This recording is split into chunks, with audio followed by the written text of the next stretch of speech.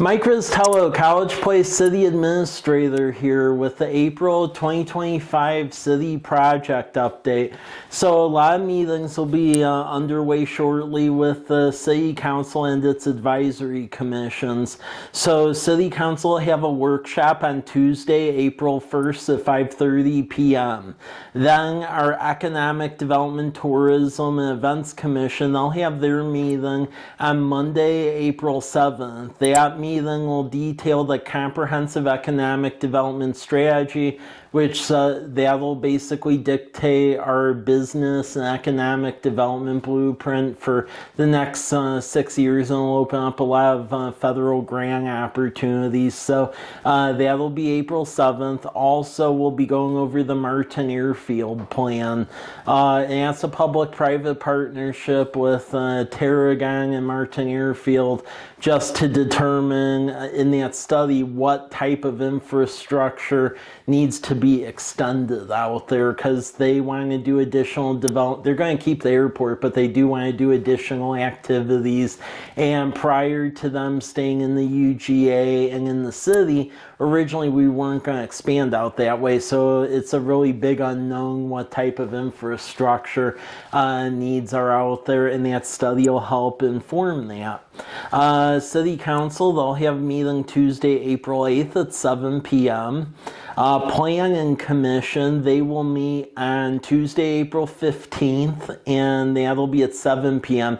They're going to be dealing with the land capacity analysis, which will determine our ability to expand and adjust our urban growth area for future developments. And they'll be starting conversations on the comprehensive plan, because we are in the cycle where we need to update our comprehensive plan, which is the blueprint for the future of the community for the next 8 years, and then that qualifies us for a lot of state grants and things like that. So they'll be working feverishly on that. City Council, they'll meet April 22nd at 7 p.m. and then April 25th, the Park Board will meet. Park Board, they are dealing with an update to our park plan. That is a chapter of the comprehensive plan, and that sets forth the vision for our park system, as well as where future parks are identified as well. Any parks that are in the park plan qualify for state grant funds, and the state helps contribute to those endeavors. Departmental updates in the city clerk's office. They are working, and Mary Elizabeth is working on getting our downtown association up and running. Downtown Association will be a group of business owners that get together for future of downtown College Avenue corridor. We're trying to get it to where the Downtown Association is a 501c3. The thing is, if we become a state Main Street community, we're already an affiliate, but if we become a full-fledged one with a functioning Downtown Association, that'll enable business owners to pledge their business and occupation tax that they would pay the state instead to the Downtown Association, and then they'll get a tax credit, and that money can be used for events, storefront improvement grant programs, all sorts of stuff. So it keeps the money local instead of sending it to Olympia. So it's a really big deal to get that Downtown Association going, because it keeps more of the money business owners have to pay anyway, except here local. So stay tuned for that. Also, City Clerk's office is working with our Youth Advisory Commission. They have picked their project for a year, which is to get a Sister City program going. And they are working to essentially get 2 Sister City programs going. One would be with a community called Junipo, Mexico. There's quite a few residents in this area. They actually hail from there, so working to get connections there. And then also to get an Italian sister city community as well. So stay tuned for that. Within the Human Resources Department, there are a number of positions open. Within the Finance Department, there's a financial grant analyst position that will be announced soon, so they'll help with getting grant reimbursements. We have a number of grants here, so that's sorely needed. And then also in the Public Works Department, we have openings for a stormwater maintenance person as well as a stormwater permit coordinator. And then later on in the summer, there will be an opening for a firefighter because that was part of the whole ambulance utility from years ago to bring on the fourth person, and we'll be at that point now. So look for them. Please apply if you are interested in that. For police department, rumblings around police station, even given what happened with the whole bond issue where it didn't pass in November, we're still trying to move forward with making that happen. So we are going for congressional earmarks and then also looking at partnerships. So one such partnership is to work with the county and the city of Walla Walla because they do need to relocate their 911 emergency management function. Right now it's adjacent to a floodway. It's in the building right across from Marcus Whitman Hotel, so definitely far from the safest spot in the valley. So looking at doing some coordination, potentially partnering with them on a future facility here in College Place on that site adjacent to the high school. So fire department, they are looking for volunteers as usual. If you have interest, please call 509-529-6506 or contact Chief David Winter at dwinter@cpwa.us. Also, in the fall, we are going to have an energy efficiency project underway over there where a lot of the boilers and lighting and things like that are going to get changed out, and that's made possible by state legislative directed spending. So thank you as 16th District state legislators, Mark Clicker, Schuyler Rood, and then Perry Dozier. But that'll be underway in the fall time frame, and they'll make that building more energy efficient. From planning and community development perspective, as I mentioned, we're just underway with the comprehensive plan, and they'll be blueprinting a community for the next 8 years, so stay tuned on that. We'll have surveys, fill them out. Planning Commission's going to meet every month until that wraps up and they move on to other items. So definitely keep your eyes peeled on the website for the comprehensive plan. Likewise, Economic Development Commission, they're working on the comprehensive economic development strategy. They will function as the economic development chapter of that plan.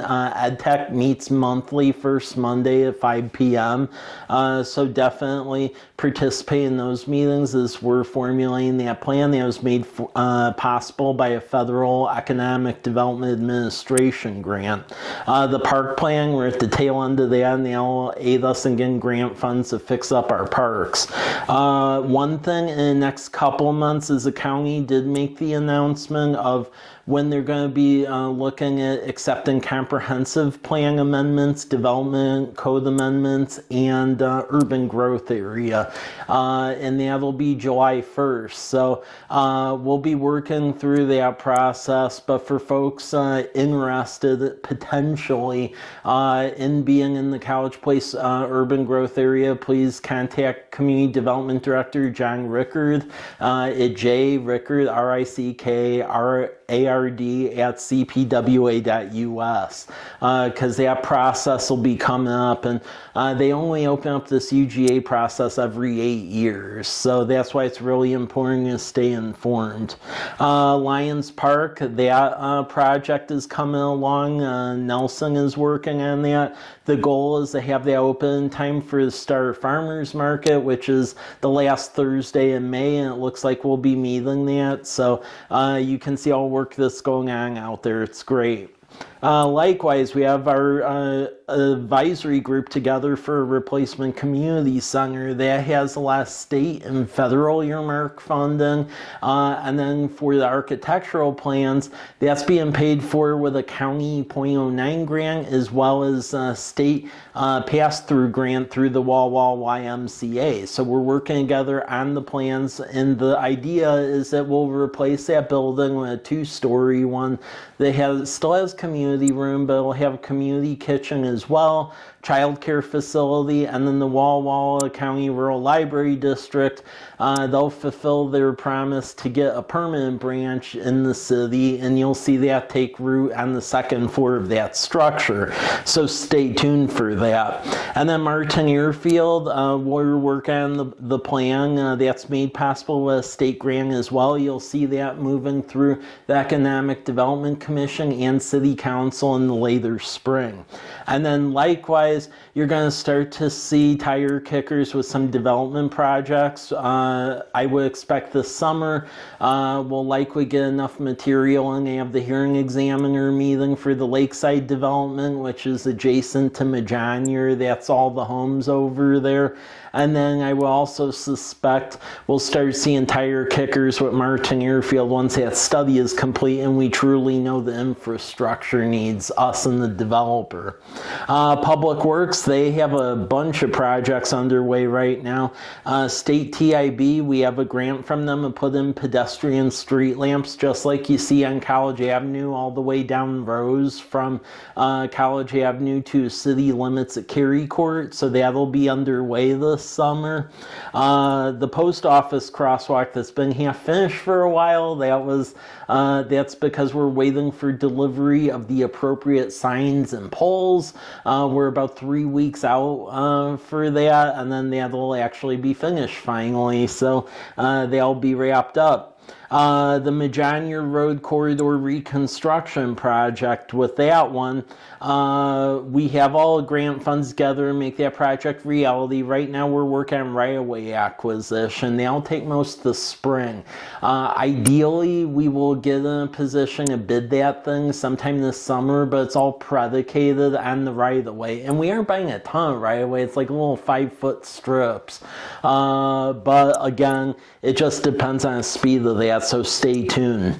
Then Southeast 8th Street, we have another state grant to pay for a sidewalk. They'll go all the way down 8th from College to Larch and Lions Park. The engineering's about ready to wrap up, and we're going to aim to get that to construction this summer as well.